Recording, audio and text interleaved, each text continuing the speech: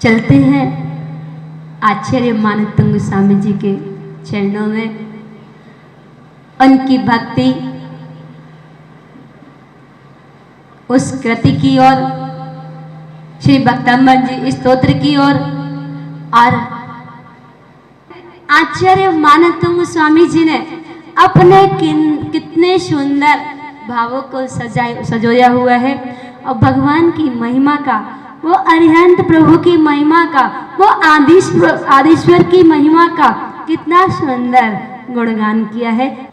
अन्नेन्द्र हेम नभ पंकज पुंज कांति, पर्योल्लसन्नक मयूख शिखाभिराम, पादौ पदानि तव यत्र जिनेन्द्र दत्तः, पद्मानि तत्र विबुधा परिकल्पयन्ति।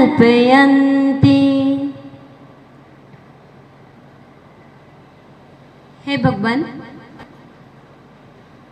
हे जिनेश्वर, हे आदिश्वर, हे त्रिलोकीनाथ, हे मुनियों के ईश्वर, हे तीन लोक के नाथ, आपकी महिमा का कहाँ तक वर्णन करें। आचार्य मानवतंग गोस्वामी जी अपने भावों में कह रहे हैं, आपके गुणगान, आपका गुणगान गा रहे हैं, और उन गुणों में क्या दर्शाया है। उन नेत्र खिले हुए, हेम माने स्वर्ण के, खिले हुए स्वर्ण के, नव माने नवीन, पंकज माने कमलों के, पुंज माने समूह, समूह के समान।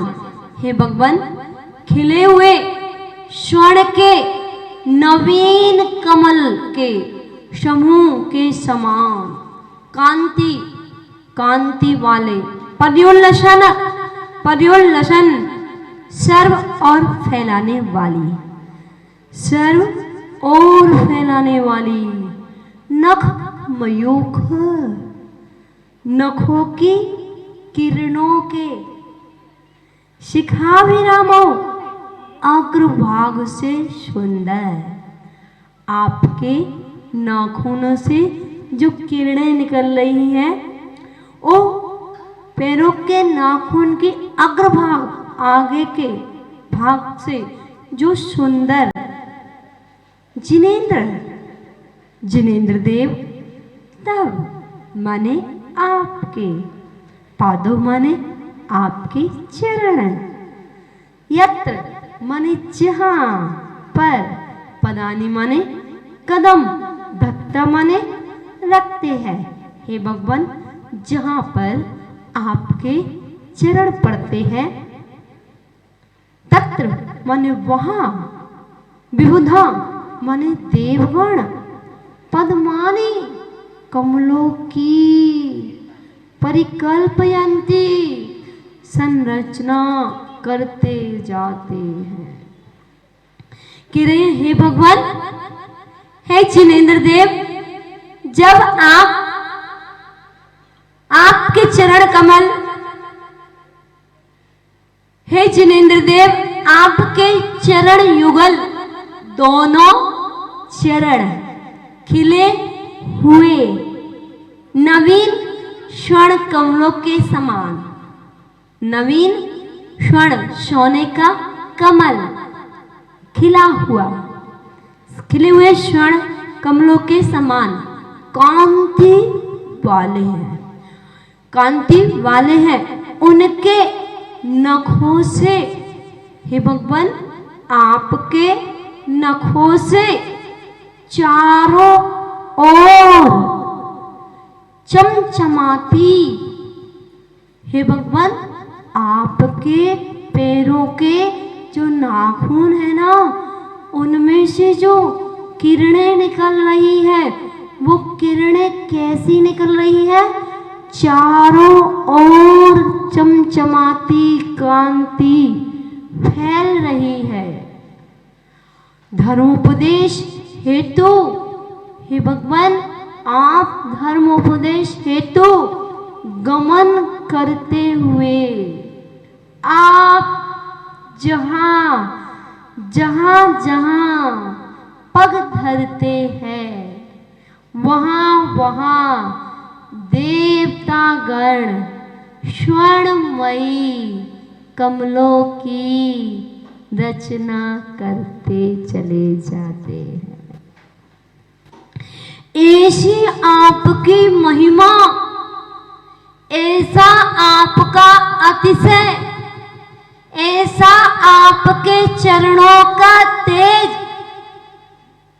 हे भगवान, वह जिस जगह आप चलते हो वो भूमि भी पवित्र तीर्थ क्षेत्र बन जाया करती है। आपकी वह दिव्य देशना के लिए आप जिस और भी विहार करते हो वह देवगण आपके चरणों के नीचे उत्तम स्वर्ण कमल की रचना कर रहे हैं। धन्य हो मेरा जीवन के हे भगवान, आप जैसे अरिहंत प्रभु के गुणगान करने का मुझे अवसर प्राप्त हुआ। यहाँ जब चलते हो तो कांटा, कंकड़, पत्थर, कांच आदि लग जाते हैं, लेकिन जब प्रभु चलते हैं तो प्रभु के चरणों के नीचे ये देव गण कितनी सुंदर सुंदर रचना करते, उन कमलों की रचना करते हुए, हे भगवान, वह दृश्य कैसा होगा जो आचार्य मानतम स्वामी जी अपनी भक्ति के माध्यम से आपके गुणों का बखान कर रहे हैं। आपके गुणों में डूबे हुए हैं और आचार्य मानतम स्वामी जी इतना ध्यान में लीन है, इतना ध्यान में लीन है, उनको वह कारागार, वह 48 कोठे, वह 48 ताले कुछ नजर नहीं आ रहे। उनको तो आदिनाथ भगवान के वो दोनों चरण दिख रहे हैं और आदि प्रभु चल रहे हैं उस आकाश की ओर, और उनके नाखूनों में से जो किरणें निकल रही हैं वो चारों ओर कितना सुंदर वातावरण, हे भगवान, वो किरणें कितनी उत्तेजित, दीप्यमान, वह दिव्य ज्योति प्रभु के चरणों में से निकलती हुई दिखाई दे रही है, और वह देवतागण प्रभु के चरणों के नीचे कमल रचना करते हुए जा रहे हैं। कितना सुंदर वह दृश्य होगा, हे भगवान।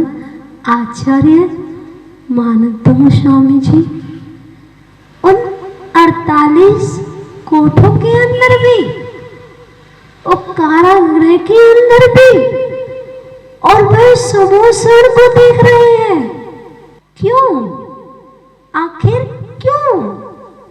क्योंकि आप लोगों को अभी लगाव नहीं हुआ है, और जब तक आपको लगाव नहीं होगा प्रभु से, जब तक आपको उनसे मित्रता नहीं करोगे, तब तक आपको उनकी महिमा ही नहीं आएगी।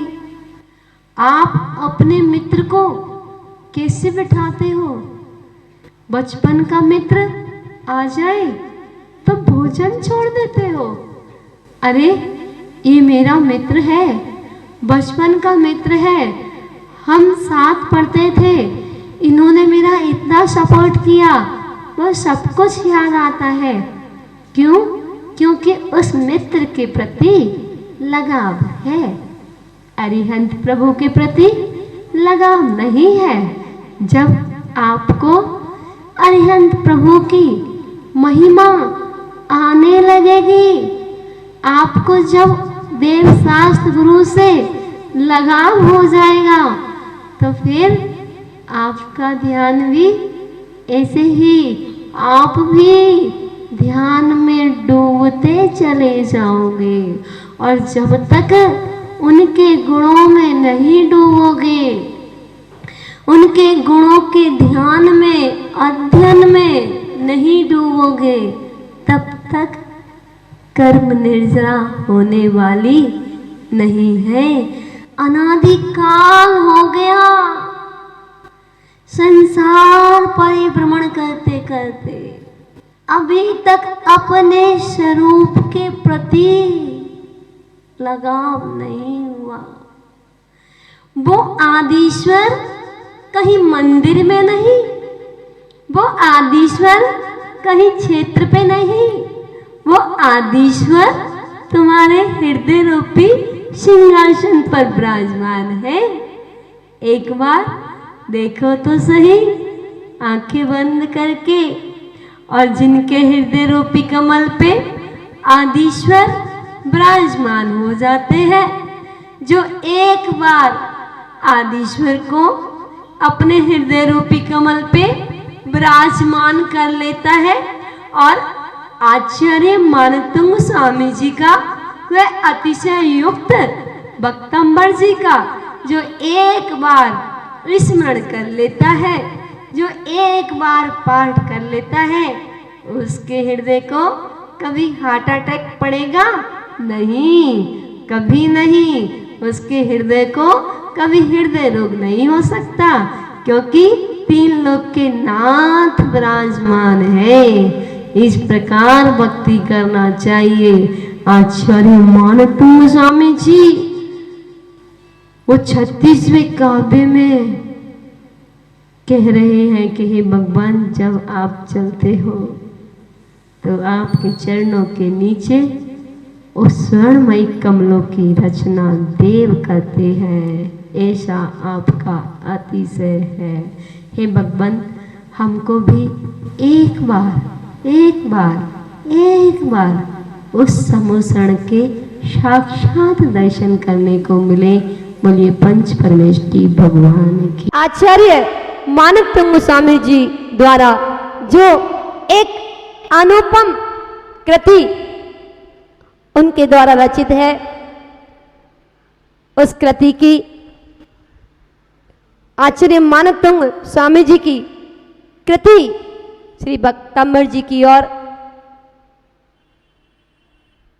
कितने सुंदर भाव सजोए हैं आचार्य मानतुंग स्वामी जी ने अपनी उस सुंदर अनुपम कृति में।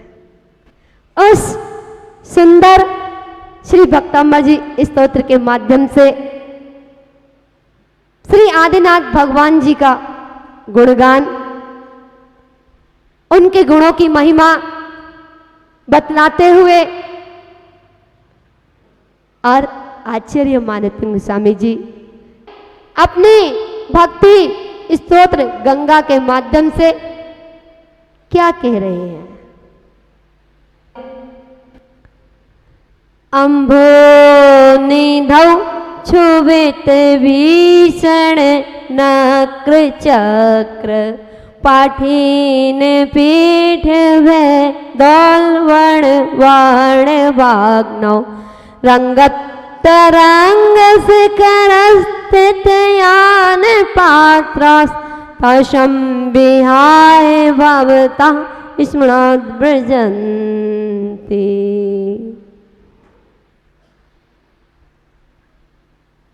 हे भगवान, हे आदिश्वर स्वामी, हे त्रिलोकीनाथ, हे मुनियों के ईश्वर, हे मुनीश्वर, आपकी भक्ति, आपके गुणगान से भक्त कैसे भव समुद्र से पार हो जाता है बता रहे हैं। क्षुभित क्षोभ युक्त, क्षोभ युक्त माने क्रोध से युक्त, भीषण भयंकर, नक्र चक्र मगरमच्छों के समूह, बड़े बड़े मगरमच्छ जो अपने मुख को खोले हुए हैं, चारों ओर मगरमच्छों से भरा हुआ वह समुद्र, पाठीन पीठ, मछलियों की पीठ को टक्कर से भय दौलवण, भय को उत्पन्न करने वाले एवं भयानक वाण वाग्नौ, बड़वा नल से युक्त, पानी की अग्नि से युक्त, पानी में आग लग जाती है जो भयंकर, अम्भोनिधौ समुद्र में रंगो तरंग लहराती हुई लहरों के शिखर स्थित अग्रभाग पर डगमगाते हुए यान पात्र, जहाज वाले प्राणी, जिसका जहाज उस समुद्र में वो पानी की जो लहरें ले रहा हो, तूफान आ गया हो, चारों ओर से बड़े बड़े मगरमच्छों ने घेर लिया हो,